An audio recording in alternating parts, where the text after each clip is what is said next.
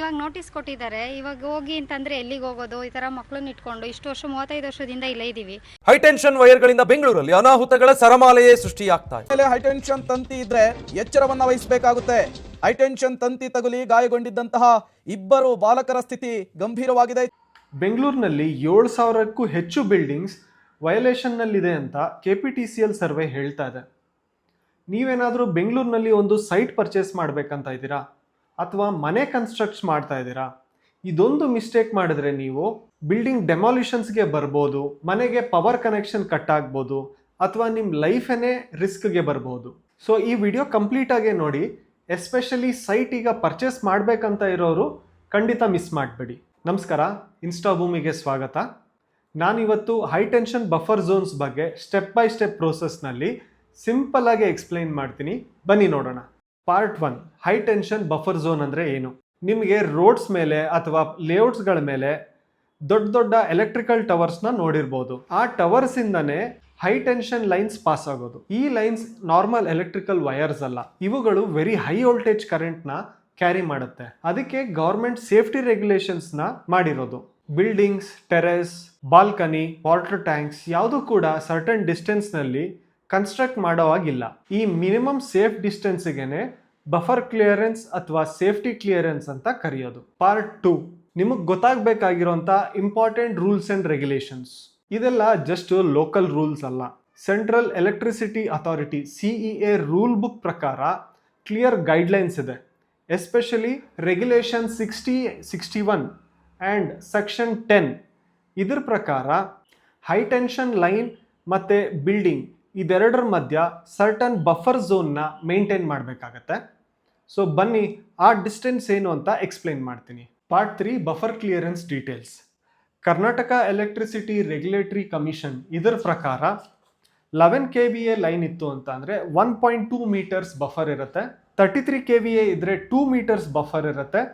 66 KV ಇದ್ರೆ 4 metre buffer ಇರುತ್ತೆ.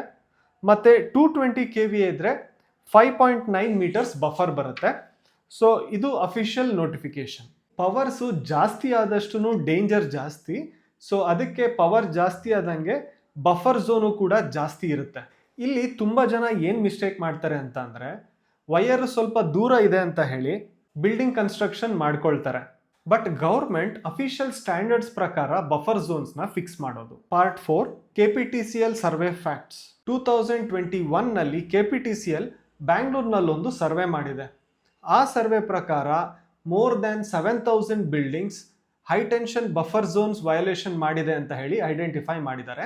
So KPTCL BBMPಗೆ ಇದ್ರ ಬಗ್ಗೆ ಸ್ಟ್ರಿಕ್ಟ್ ಆಕ್ಷನ್ಸ್ ತಗೊಳ್ಬೇಕು ಅಂತ ಹೇಳಿ ಇನ್ಸ್ಟ್ರಕ್ಷನ್ಸ್ ಕೊಟ್ಟಿದ್ದಾರೆ. ಸೊ ಈ ಇಶ್ಯೂ ಚಿಕ್ಕದಲ್ಲ, ಮುಂದಿನ ದಿನಗಳಲ್ಲಿ ಎನ್ಫೋರ್ಸ್ಮೆಂಟ್ಸ್ ಇನ್ನೂ ಸ್ಟ್ರಿಕ್ಟ್ ಆಗ್ಬೋದು ಅಂತ ಹೇಳ್ತಿದ್ದಾರೆ. ಪಾರ್ಟ್ 5, ವಯೋಲೇಷನ್ ಇಂದ ಏನಾಗುತ್ತೆ? ಸಪೋಸ್ ನಿಮ್ಮ ಬಿಲ್ಡಿಂಗ್ ಈ ರೆಗ್ಯುಲೇಷನ್ ಇಂದ ವಯೋಲೇಷನ್ ಆಗಿದ್ರೆ ಏನೆಲ್ಲ ಆಗ್ಬೋದು? ಮೊದಲಿಗೆ KPTCL ಇಂದ ಅಫಿಷಿಯಲ್ ನೋಟಿಸ್ ಬರ್ಬೋದು. ನಂತರ ಬಿಲ್ಡಿಂಗ್ ಪವರ್ ಕನೆಕ್ಷನ್ ಕಟ್ ಆಗ್ಬೋದು. ಅಥವಾ BBMP ಇಂದ ನೀವು ವಯೋಲೇಟ್ ಮಾಡಿರುವಂತಹ ಬಿಲ್ಡಿಂಗ್ ಸ್ಟ್ರಕ್ಚರ್ ಡೆಮಾಲಿಷನ್ಗೆ ನೋಟಿಸ್ ಬರ್ಬೋದು. ಸೊ ಸೈಟ್ ಪರ್ಚೇಸ್ ಮಾಡುವಾಗ ಅಥವಾ ಕನ್ಸ್ಟ್ರಕ್ಷನ್ ಮಾಡುವಾಗ ಈ ವಯೋಲೇಷನ್ನ ನೆಗ್ಲೆಕ್ಟ್ ಮಾಡೋದು ನಿಮಗೆ ತುಂಬಾ ಡೇಂಜರಸ್ ಆಗಬಹುದು. ಗೌರ್ಮೆಂಟ್ ಈ ರೂಲ್ಸ್ನ ಸುಮ್ಮನೆ ಮಾಡಿಲ್ಲ, ಇದೆಲ್ಲ ಪಬ್ಲಿಕ್ ಸೇಫ್ಟಿಗೋಸ್ಕರನೇ ಮಾಡಿರೋದು. ಹೈ ಟೆನ್ಷನ್ ಲೈನ್ಗಳ ಹತ್ರ ಶಾಕ್ ಹೊಡೆಯೋ ಚಾನ್ಸಸ್ ಇರುತ್ತೆ.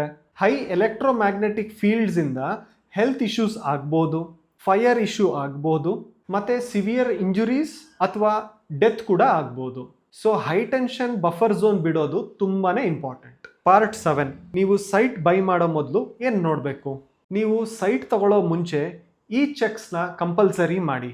ಮೊದಲಿಗೆ ಸೈಟ್ ಮೇಲೆ ಅಥವಾ ಹತ್ರದಲ್ಲಿ ಹೈ ಟೆನ್ಷನ್ ಲೈನ್ ಇದೆಯಾ ಚೆಕ್ ಮಾಡಿ. ನಂತರ ಆ ಹೈ ಟೆನ್ಷನ್ ಲೈನಿನ ವೋಲ್ಟೇಜ್ ಚೆಕ್ ಮಾಡಿ. ನೀವು ತಗೊಳ್ತಾ ಇರುವಂತಹ ಸೈಟ್ ಅಪ್ರೂವ್ಡ್ ಲೇಔಟ್ ಪ್ಲಾನ್ ಇದೆಯಾ ಅಂತ ನೋಡಿ.